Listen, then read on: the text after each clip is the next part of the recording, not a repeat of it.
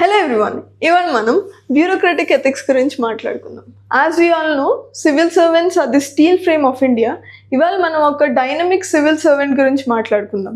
He is retired recently, కానీ ఆయన 33 years of సర్వీస్లో 57 ట్రాన్స్ఫర్స్ అయ్యాయి. So will understand what he has done. So ఏమవుతుందంటే, ఈయన యాక్చువల్గా IAS officer. He was from Haryana cadre. He was appointed as Director General of Land Consolidation. అయితే తన proceedings and rules and రెస్పాన్సిబిలిటీస్లో ఒక కేసు ఆయన దగ్గరికి వస్తుంది. రాబర్ట్ వాడ్రా అనే ఆయన is buying land from the real estate giant DLF. అయితే ఈయన ఎవరైతే ఉన్నారో Robert, he was from a very influenced political family. ఈ son in law of the India's one of the biggest political family అనమాట. అయితే ఆయన ఏం చేశారు అంటే, అన్ని డాక్యుమెంట్స్ చూస్తుంటే ఆయనకి 2 ఇర్రెగ్యులారిటీస్ కనిపించాయి. ఒకటి, ఈ ల్యాండ్ మ్యూటేషన్ అంటే ట్రాన్స్ఫర్ ఆఫ్ ఓనర్షిప్ చేసేటప్పుడు ప్రొసీజరల్స్ని ఫాలో అవ్వలేదు, first thing. And second thing ఏంటంటే, అండర్ వాల్యుయేషన్ ఆఫ్ ల్యాండ్. అంటే దాని చుట్టూరు ఉన్న ల్యాండ్ ఒకవేళ 100 crores అయితే ఈయన 10 crores కొనేసుకుంటున్నాడు. So he was sceptical about it and దాన్ని ఫర్దర్గా చూసారనమాట. ఇన్వెస్టిగేట్ చేస్తే తెలిసింది ఏంటంటే, there being lot of corruption and lot of influence and rule of law అస్సలు పాటించట్లేదని. So he had 2 options. One thing is he can be silent and save his job, save his career. And ఇలాంటివన్నీ చేస్తే ఆయనకి నచ్చిన roles and రెస్పాన్సిబిలిటీస్లో కూడా ఆయన్ని promote చేయడం అలాంటివి చేస్తారు. కానీ ఇంకొక ఆప్షన్ ఏంటి, విజిల్ బ్లో చేసి తప్పు జరుగుతుంది అని చెప్పడం. అలాగా ఈయన iron man, he told, whistle blow చేశాడు, చెప్పారు ఇలా మిస్టేక్స్ జరుగుతున్నాయి and I'm going to cancel this mutation అని చెప్పేశాడు. దానికి ఫలితంగా ఏం దొరికింది దీనికి, he had his 43rd transfer in the career. So దాంతోపాటు చాలా థ్రెట్స్ తన డిగ్నిటీకి యాజ్ వెల్ యాజ్ తన ఫ్యామిలీకి అండ్ తన కెరీర్కి కూడా, అలా చాలా థ్రెట్స్ వచ్చినా కూడా he stood on his integrity అనమాట. So this value of courage of conviction, అంటే ఏం జరిగినా కూడా తన మోరల్ ఇంట్యూషన్ ఏం చెప్తుందో దాని మీద నించునే పర్సన్ తిను. దానివల్ల చాలా ఉపయోగపడుతుంది అనమాట to the poor and vulnerable societies. నా ఏంటి, he says ethics are at the cost of sacrifice but they are worth it. So పర్సనల్గా అండ్ ప్రొఫెషనల్గా రిస్క్ ఎందుకు పెడుతున్నారు సార్ మీరు అంటే, ఎథిక్స్ ఊరికే రావు, దానికి ఒక కాస్ట్ ఉంటుంది. ఆ కాస్ట్ని మనం పే చేసినప్పుడే ఆ వర్త్ మనం చూడగలము అని చెప్తారు. అండ్ ఇది ఒక మీడియా హౌస్ పబ్లిష్ చేసిన పోస్టర్ అనమాట. దీంట్లో ఆయన straight trees are always cut first, so no regrets, I shall persist అని చెప్పారు. That is his integrity and personality. So Mahatma గాంధీతో కొటేషన్ చూద్దాం. It is easy to stand with the crowd but it takes courage to stand alone. So bureaucrat అనేవాళ్ళు తన roles and responsibilities చేస్తున్నప్పుడు చాలా ethical dilemmas నుంచి వెళ్తారు. దాంట్లో ఫస్ట్, ఇది very common, rule versus compassion. Like మనం నిన్న డిస్కస్ చేసినట్టు, ఒక డెస్టిట్యూట్ ఉమెన్ వస్తారు, కనిపిస్తుంది ఆవిడ ఏజ్ మోర్ దెన్ 65-70 years ఉన్నాయి అని. However she is not having any documentation, Aadhaar card అలాంటివి ఏమి లేవన్నమాట. సో లేనప్పుడు ఏం జరుగుతుంది, ఈ స్కీమ్ ఏదైతే ఉందో ఓల్డ్ పీపుల్కి ఇవ్వాల్సింది ఆవిడకి ఇవ్వడానికి అవ్వట్లేదు for the concerned officer because she is not having documents. అయితే దీంట్లో ఒక వాల్యూ కాన్ఫ్లిక్ట్ వస్తుంది. ఫస్ట్ వన్, లీగాలిటీ, అంటే బై రూల్ బుక్ వెళ్ళాలి అంటే డాక్యుమెంట్స్ ఉండాలి. సెకండ్ ఇస్ ఎంపతి, ఆవిడకి నిజంగా ఎలిజిబుల్ అయినా కూడా మనం ఇవ్వలేకపోతున్నాం and we can feel her pain. So అది ప్రాబ్లం, ఎంపతి. సో దీంట్లో ఏంటి అంటే, పబ్లిక్ వెల్ఫేర్కి ఎక్కువ ఇంపార్టెన్స్ ఇవ్వచ్చా? బికాస్ పబ్లిక్ వెల్ఫేర్కి ఎక్కువ ఇంపార్టెన్స్ ఇస్తే rather than the rule book కొంచెం యుటిలిటేరియనిజం కాన్సెప్ట్లో ఎక్కువ మంచి అవుతుంది.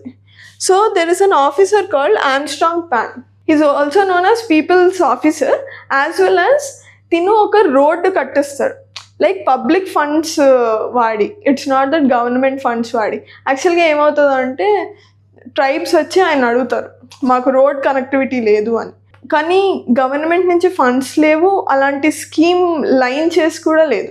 సో తినేమంటాడంటే, సరే let us all collect funds from the public. అలా పబ్లిక్ నుంచి తీసుకున్న మనీతో 100 కిలోమీటర్స్ రోడ్ని ఆయన లేఅవుట్ చేస్తారనమాట. సో ఇన్ దిస్ ఆయన రూల్ ఆఫ్ ప్రొసీజర్ కోసం వెయిట్ చేస్తూ మనీ వచ్చేంత వరకు వెయిట్ చేసి ఉంటే he would have missed the development process. So అప్పుడప్పుడు public welfarism is better. Second ethical dilemma, political pressure versus neutrality. దీంట్లో ఏంటంటే ఇఫ్ సపోజ్ ఒక ఇల్లీగల్ కేసు ఉంది, ఆ కేస్ని నీ పైన political master is expecting you to push the case blindly, అంటే దాన్ని చూడకుండా వెరిఫై చేయకుండా ఎస్ చేసేమని చెప్తున్నాడు అనమాట.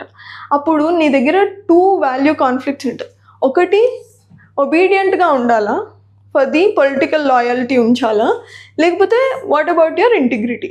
నీకు తెలుసు అది తప్పు అని చెప్పి. ఒక ఊరుంది, ఆ ఊరిలో మన ల్యాండ్ ఎక్వైర్ చేసుకుంటుంది గవర్నమెంట్ ఇంకొన్ని రోజుల్లో అని తెలిస్తే మనము దాన్ని ఆ మినిస్టర్ ముందే తెలుసుకుని చాలా ల్యాండ్ కొనేసి దాని తర్వాత ఇంకో వాళ్ళకి అమ్మేస్తాడు.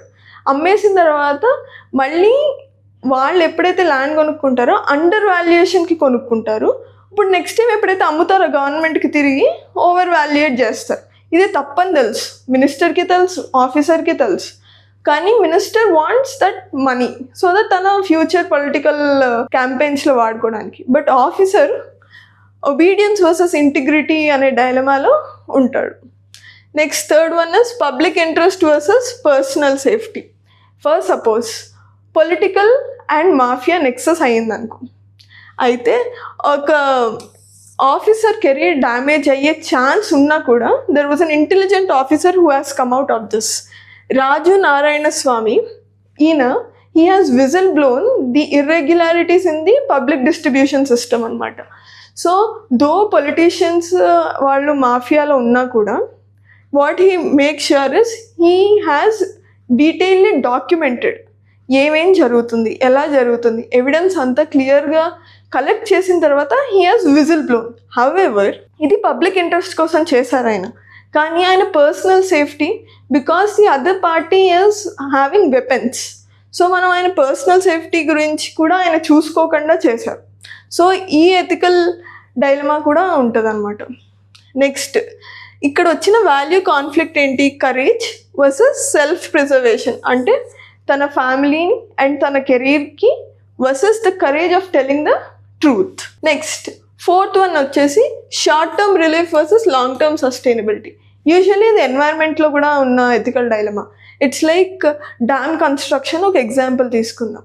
ఒక డ్యామ్ని కన్స్ట్రక్ట్ చేయాలంటే అక్కడ ఉన్న ఆఫీసర్స్ ఆ చుట్టూరు ఉన్న ప్లేస్ని ఇవాక్యుయేట్ చేయాలి. ఆ ఇవాక్యుయేట్ చేసిన పీపుల్కి ఇవ్వాల్సిన రీహాబిలిటేషన్, వాళ్ళకి ఇంకొక ల్యాండ్ చూపించాలి, ఇలాంటివన్నీ చేయాలి. సో బేసిక్గా ఏమవుతుంది, ఆ సర్టైన్ గ్రూప్ అక్కడ ఒక 100 మెంబర్స్ ఉంటున్నారంటే వాళ్ళ లైవ్లీహుడ్ అంతా పాడవుతుంది అనమాట. కానీ ఈ డ్యామ్ వల్ల అక్కడ ఉన్న ఒక 100 విలేజెస్కి మంచి జరుగుతుంది, కానీ ఈ 100 మెంబర్స్కి నష్టం జరుగుద్ది. So utilitarianism versus livelihood rights. అలాగే ఆ పీపుల్తో పాటు అక్కడ ఉన్న నేచర్కి కూడా, it's like the forest cover, అక్కడ ఉన్న వైల్డ్ లైఫ్కి కూడా థ్రెట్ ఉంటుంది అనమాట. So it's a dilemma between the short term and long term sustainability.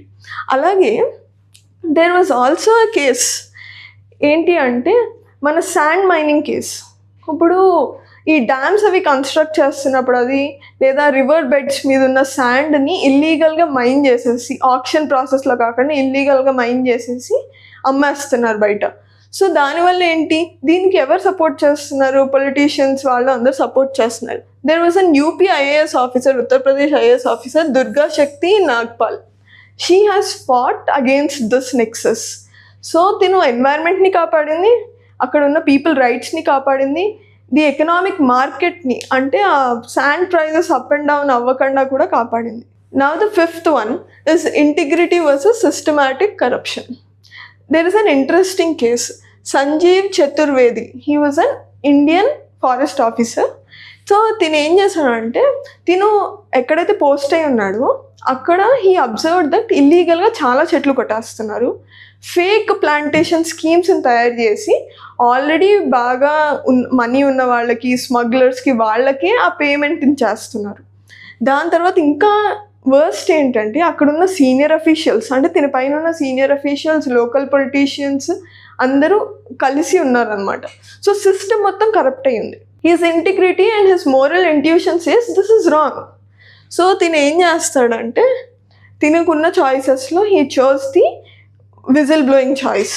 ఈ విజిల్ బ్లోయింగ్ చేసినందుకు తనని చాలా థ్రెట్ చేసింది మాఫియా, అండ్ మీడియా చాలా అన్వెరిఫైడ్ కామెంట్స్ పాస్ చేసింది. కానీ తర్వాత తెలిసింది ఏంటంటే he has saved lot of forest lands and natural resources. So he was given Ramon Magsaysay awards of 2015. So there is a quotation, if you are neutral in situations of injustice, you have chosen the side of the oppressor. So ఎప్పుడైతే injustice జరుగుతుందో మాట్లాడలేదంటే you're accepting that injustice. మరి దీనికి ఏమేమి solutions? As usual మన common solution applying constitutional and legal principles like justice, equality, liberty and rule of law over your individual interests. Second is to refer to the code of ethics like the service rules. ఇప్పుడు mission Karmayogi డాక్యుమెంట్స్లో there are certain frameworks given, అంటే నీ conscience yes అని చెప్తుందా లేదా, or you confident about the consequences, ఇవన్నీ చూసుకుని ఆ ఫ్రేమ్వర్క్స్ ప్రకారం if you could answer the questions what is the decision you are getting. So అవన్నీ మనం ఈ సర్వీస్ రూల్స్ ఇంకా ఈ డాక్యుమెంట్స్తో పాటు వెళ్తే తెలుస్తుంది. Next the third one is ensure transparency and documentation. Sanjeev Chaturvedi ఏం చేస్తాడంటే ఆయన తన డ్యూటీ టైం మొత్తంలో ప్రతిదీ రికార్డ్ చేస్తాడు, ప్రతి కరప్షన్ కేసుని రికార్డ్ చేస్తాడు. రికార్డ్ చేసిన తర్వాత ఆ అఫీషియల్ ఫైల్స్ని ఎవ్రీడే అప్డేట్ చేస్తాడు. సో దట్ ఆయన ఎప్పుడైతే విజిల్ బ్లో చేశాడో ఒక కాంక్రీట్ ఎవిడెన్స్ రెడీగా ఉంది. Fifth one is emotional intelligence.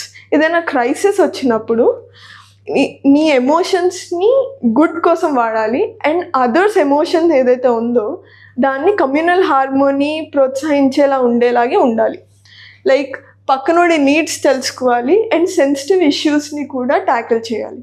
For example Nidhi Chaudhary అనే ఒక ఐఏఎస్ ఆఫీసర్ బాండ్రాలో ఫ్లడ్స్ వచ్చినప్పుడు not only that food supply, ఈ బేసిక్ ఎసెన్షియల్స్తో పాటు women centric essentials like the sanitary pads support as well as children protection, వీటిని మీద కూడా కాన్సన్ట్రేట్ చేసింది. That shows her emotional intelligence towards it. So inspired by Sardar Vallabhbhai Patel, there is a quotation, bureaucrat must be the steel frame of ethical governance but not a rubber stamp of political convenience. So ultimately ఏంటి అంటే nation first. Whatever are your value systems, as a bureaucrat you should make sure that your value system aligns with nation first policy. So మనం కంక్లూషన్గా ఆన్సర్స్లో రాయొచ్చు, as well as if you understand concludingly legality and హ్యుమానిటీని balance చేయాలి first thing. Second thing, constitution is always bigger than your convenience, than your comfort zone. Third thing, integrity even in the isolation. So ఎవరు చూడకపోయినా కూడా you have to do what is correct. So that's how you can keep the bureaucrat ethics at a high level. Thank you.